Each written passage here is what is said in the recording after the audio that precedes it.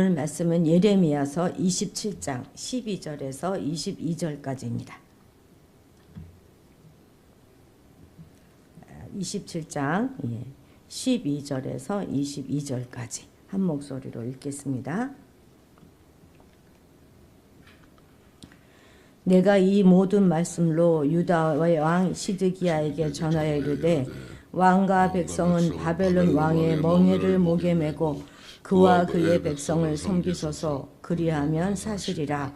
어찌하여 당신과 당신의 백성이 여호와께서 바벨론의 왕을 섬기지 아니하는 나라에 대하여 하신 말씀과 같이 칼과 기근과 전염병에 죽으려 하나이까. 그러므로 당신들은 바벨론의 왕을 섬기게 되지 아니하리라 하는 선지자의 말을 듣지 마소서. 그들은 거짓을 예언함이니이다. 이는 여호와의 말씀이니라. 내가 그들을 보내지 아니하였거늘 그들이 내 이름으로 거짓을 예언하니 내가 너희를 몰아내리니 너희와 너희에게 예언하는 선지자들이 멸망하리라. 내가 또 제사장들과 그 모든 백성에게 전하여 이르되 여호와께서 이와 같이 말씀하기를 보라, 여호와의 성전의 기구를 이제 바벨론에서 속히 돌려오리라고 너희에게 예언하는 선지자들의 말을 듣지 말라.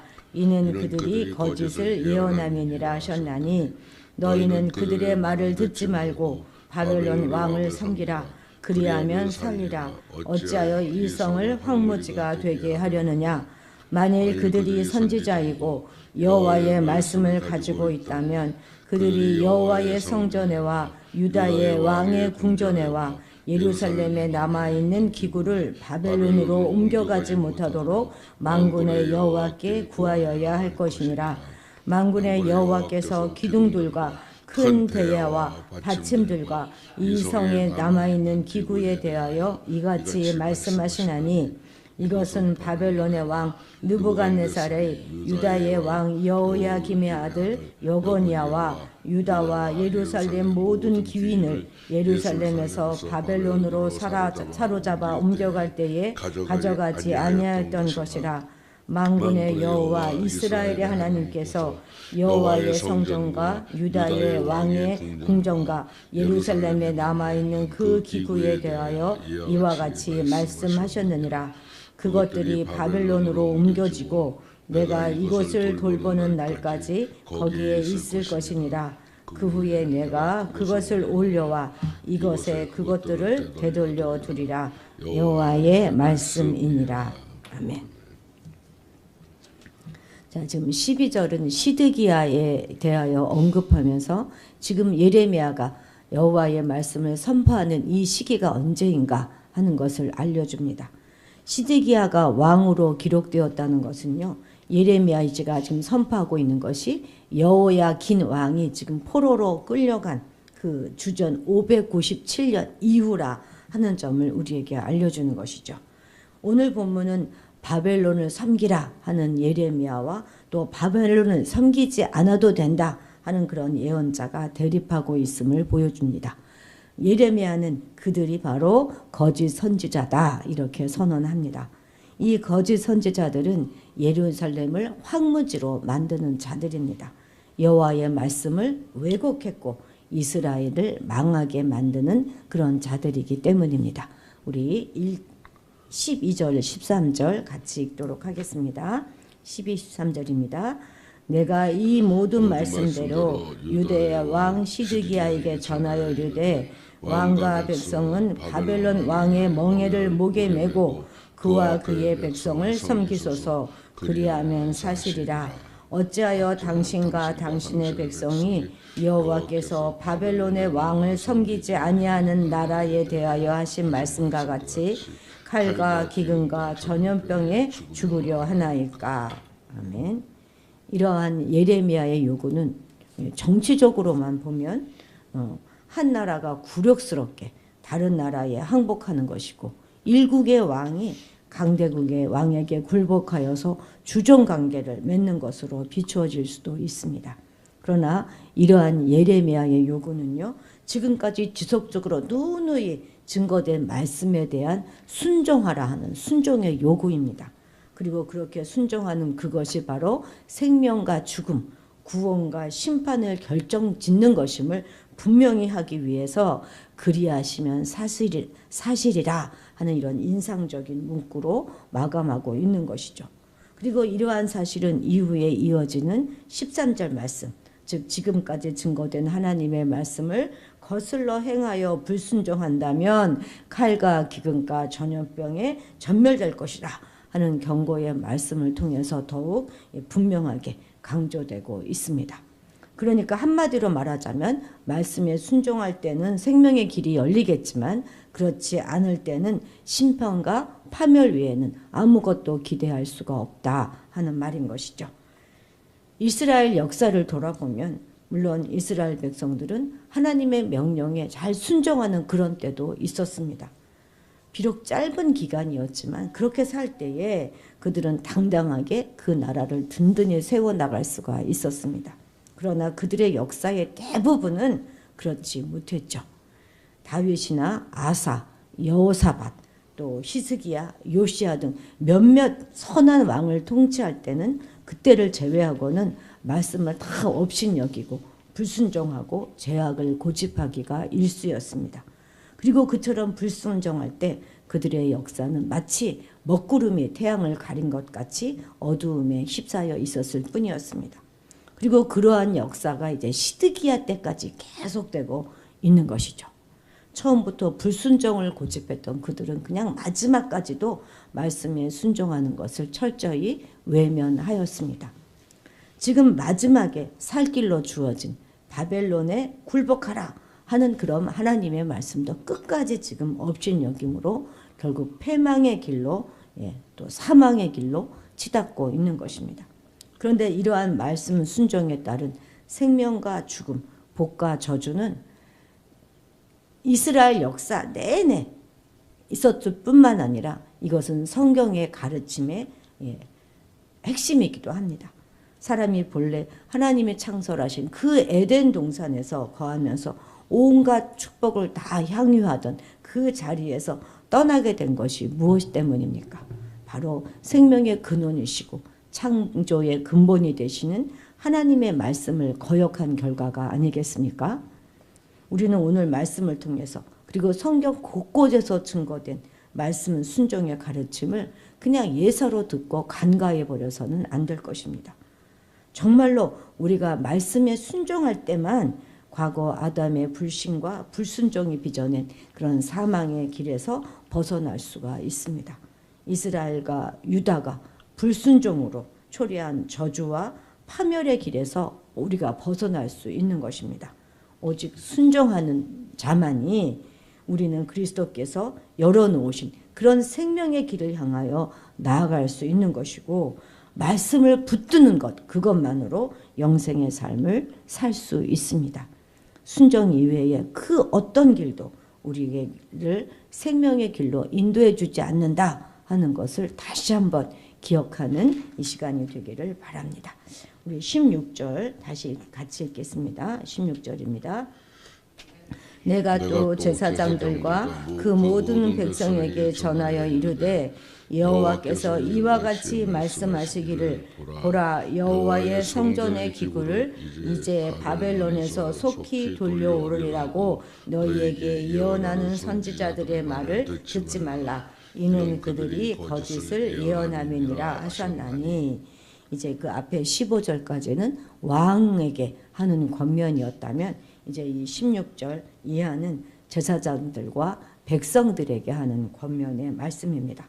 그런데 권면의 내용은 시드기야 왕에게 했던 그 내용하고 거의 비슷합니다. 다만 성전 기구의 귀환에 대한 거짓 선지자들의 예언에 속지 말라 하는 것을 더욱 강조하고 있죠. 왜냐하면 이 성전 기구와 밀접한 연관을 가지고 있는 제사장들을 그 대상으로 하는 그런 권면이기 때문에 그렇습니다. 제사장들에게 있어서 이 성전 기구의 귀환은 무엇보다도 특히 소원하는 것이 아니겠습니까? 그렇기 때문에 거짓 예언자들은 바로 그 성전 기구의 귀환을 예언했을 때 이 제사장들은 혹하여 속고 말았던 것이죠. 그러니까 그런 이야기는 정말 듣고 싶은 이야기였고, 그래서 거짓 선지자들은 그것을 알고 싹 가려운 데를 지금 긁어주고 있는 것이죠. 그래서 선민들의 신앙을 책임져야 하는 제사장들조차도 거짓 선지자들에게 속고 말았던 것입니다. 그러니 일반 백성들이 저들에게 속는 것은 너무나 당연하다 하겠습니다. 그러면 이렇게 제사장들조차도 거짓 선지자들에게 속을 수밖에 없었던 그 이유가, 그 근본 원인이 무엇이겠습니까? 그것은 그들이 하나님의 말씀에 대한 연구를 게을리하였기 때문입니다. 당시 일반 백성들은 하나님의 말씀인 율법과 가까이 할 수가 없었어요. 당시는 이렇게 뭐 요즘처럼 문자를 기록하는 이런 일들이 뭐 쉽지가 않았잖아요. 그런 여건이 허락되지가 않았었습니다. 그러나 제사장들은 그래도 늘 율법을 접할 수가 있었어요. 그래서 그들은 늘 율법을 연구하고 그것으로 백성들을 가르치는 그런 일을 해야만 했던 것입니다. 그런데 유다가 타락하면서 제사장들 역시 율법을 연구하지 않았고 가르치지 않았습니다. 그들은 오직 제사를 집전하는 그 일에만 몰두하고 있었죠. 왜 그렇습니까? 이렇게 제사를 집전하는 것은 그들의 수입에 아주 직접적으로 연결되는 것이었기 때문에 그랬습니다. 하나님의 말씀을 깊이 있게 연구하지 않으면요, 누구라도 거짓 선지자에게 속게 되어 있습니다. 이것은 오늘날도 마찬가지 아니겠습니까? 오늘날도 무수한 목회자들이 가장 앞세워 감당해야 되는 이 말씀 연구보다는 다들이 더 치중해요. 그래서 말씀을 깊이 있게 연구하지 못하는 경우가 허다합니다. 오늘 우리는 우리가 살아가는 이 세상이 불법과 또 진리에 어긋나는 그런 말씀의 법에서 빗나간 허탄한 교훈들이 난무하는 세상이라는 사실을 직시해야 할 것입니다. 그리고 이처럼 어그러진 세대, 혼탁한 세대 가운데서 우리 심령과 삶을 바르게 세우고 거짓에 빠지지 않고 참된 길로 가기 원한다면 무엇보다도 말씀을 사모하고 그 말씀을 묵상하고 이를 더욱 가까이 하면서 깊이 있게 연구하고자 하는 노력이 있어야 하는 것입니다. 이것은 목회자나 일반 성도나 다 똑같습니다. 하나님의 백성은 그 누구라도 말씀을 떠나서는 결코 바르게 설 수가 없는 것입니다. 우리는 그 말씀에 깊이 있게 뿌리내리고 또 그 말씀을 깊이 있게 이해하고 그 말씀대로 행할 때 비로소 그때 우리가 누려야 할 모든 축복을 다 누릴 수 있다는 것을 반드시 기억해야 하겠습니다. 자, 20절 같이 읽겠습니다. 이것은 바벨론의 왕 느부갓네살이 유다의 왕 여호야김의 아들 여고니아와 유다와 예루살렘 모든 귀인을 예루살렘에서 바벨론으로 사로잡아 옮길 때에 가져가지 아니하였던 것이라. 아멘. 여기서 여호야김의 아들 여고니아는 여호야긴 왕을 말하는 거예요. 여호야긴 왕의 원래 유대식 이름이 여고니아인데 이제 바벨론식으로 바꾼 것이 여호야긴입니다. 여호야긴 왕이라는 것 기억하시면 되겠고요. 여기서 말하는 이제 이것은 이렇게 말하잖아요. 이것은 19절에서 말하고 있는 성전 기물들을 말하는 것입니다. 성전의 기둥들, 큰 대야와 받침들, 아직 이 성에 남아있는 그 기구들을 말하는 것인데 이제 이것들조차도 다 바벨론으로 옮겨질 것을 이제 22절에서는 말씀하고 있습니다. 느부갓네살 왕이 1차 예루살렘 침공했을 때 대부분의 성전 기물들을 다 약탈하여 가지고 갔지만 성전 입구에 있었던 보아스와 야긴 기둥 같이 큰 기물들 있지 않습니까? 그런 것들은 가져가지 못하고 그냥 남아 있었습니다.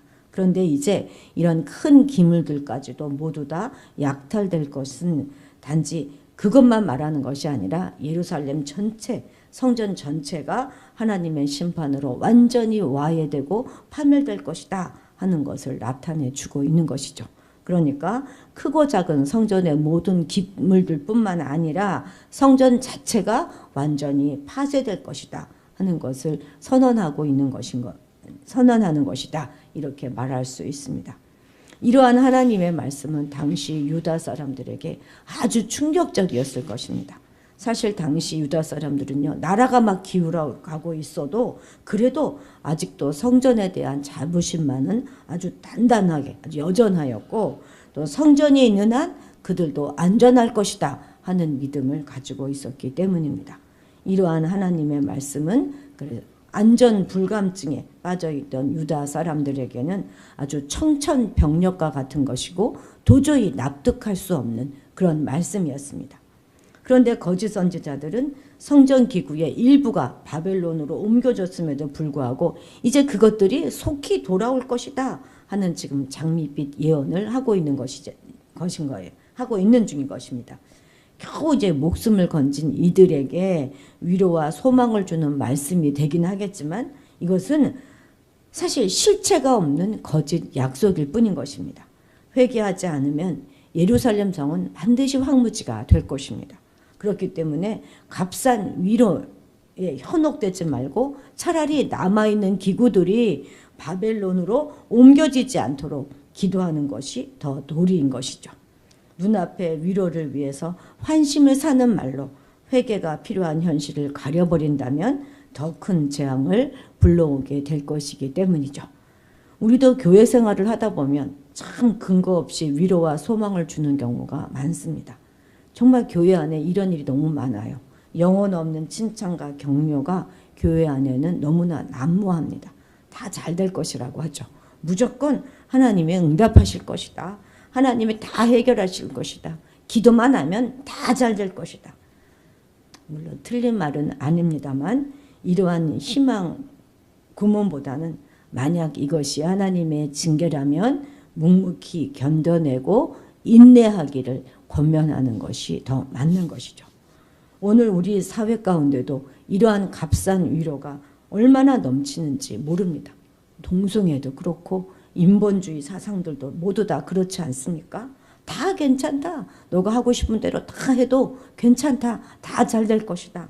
이렇게 말합니다. 그런데 결국은 어떻게 되겠습니까? 다 멸망인 것입니다. 다 지옥인 것입니다. 그것이 죄라는 것을 알려주고 그것은 잘못된 것이다 하는 것을 분명하게 말해주고 힘들고 어렵지만 같이 끊어내고 이겨나가자 이렇게 말해야 하는 것이죠. 괜찮다고 하면 괜찮다고만 자꾸 말하면 결국 그들의 회개의 기회를 빼앗아 버리는 것이 됩니다. 그래서 결국은 그들을 사망의 길로 이끌고 말게 되는 것이죠. 오직 예수님을 의지하고 힘들고 어렵지만 함께 이겨나가자 이렇게 말해야 되는 것이죠. 육신의 욕망을 따라 살았던 시간들을 회개하라 이렇게 분명하게 얘기해 주어야 합니다. 하나님의 손길을 읽지 못하거나 거짓 가르침에 현혹될 때 개인이든 사회든 국가든 모두 퇴행을 거듭하다가 결국은 망하게 되는 것입니다. 역사를 통찰하지 못하고 음모란 개구리 식기에 아직까 자만에 빠진 민족도 소멸하고 말 것입니다. 거짓 예언자는 권력자의 구미에 맞는 말, 백성들의 환심을 사는 말을 합니다. 그래서 거짓 종교는 이 현실을 직시하도록 돋지 못하고 눈 감게 하는 마약과도 같은 것입니다. 눈 멀고 취하면 벼랑 끝 나락으로 떨어지게 되는 것이죠. 쓴 약이 치료자가 되고 달콤한 말은 독이 될 수 있다는 사실을 우리는 잊지 말아야 할 것입니다. 하나님의 이름으로 말한다 하더라도 권위자의 권위로 전문가의 그런 권위를 가지고 전해진다고 해도 그 모든 것이 다 진리가 아닙니다. 그래서 오늘 우리는 평소에 말씀 묵상을 게을리해서는 안 되는 것입니다. 평소에 우리가 열심히 바르게 신앙생활해서 우리가 평소 실력을 쌓아야 하는 것입니다. 그래야 영적인 판단력과 분별력을 갖춘 건강한 그리스도인이 되어 이 땅을 살아갈 수 있게 될 것입니다. 우리 기도하시겠습니다. 하나님 아버지, 오늘도 오직 순종만을 통하여 하나님께서 그리스도를 통하여 열어놓으신 생명의 길로 갈 수 있음을 기억하고 말씀을 붙듦으로 영생의 삶을 살아가게 하옵소서.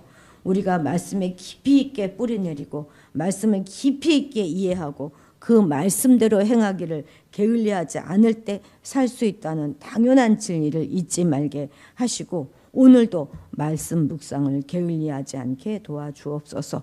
거짓 위로와 소망에 속지 않게 하셔서 오직 예수님을 의지하고 힘들고 어렵더라도 인내하며 주어진 삶을 살아가게 도와주옵소서.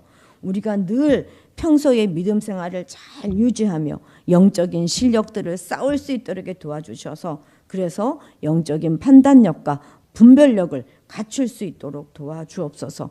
그래서 세상이 주는 거짓 위안과 장밋빛 예언에 속지 않게 하시고 하나님의 징계라면 묵묵히 인내하며 견뎌낼 수 있게 하시고 우리에게 주어진 회개의 기회를 놓치지 않는 우리가 되도록 도와주옵소서. 감사드리며 예수님의 이름으로 기도드렸습니다. 아멘. 오늘은 선교사님들을 위해서 기도하는 날입니다. 우리 트리키의 김역사 이마라나타 선교사님 가정을 위해서도 늘 끊임없이 기도해 주시기 바랍니다. 여름 가족 수련회를 위해서 기도해 주시기 바랍니다. 안전하게 잘 다녀오고 우리 모두가 다 기쁨의 아주 좋은 시간 될 수 있도록 기도해 주시고 또 거기에 들어가는 모든 재정들이 다 채워질 수 있도록을 위해서도 기도해 주시기 바랍니다. 우리 다 같이 주님의 이름을 크게 부르고 기도의 자리로 나아가도록 하겠습니다. 주여!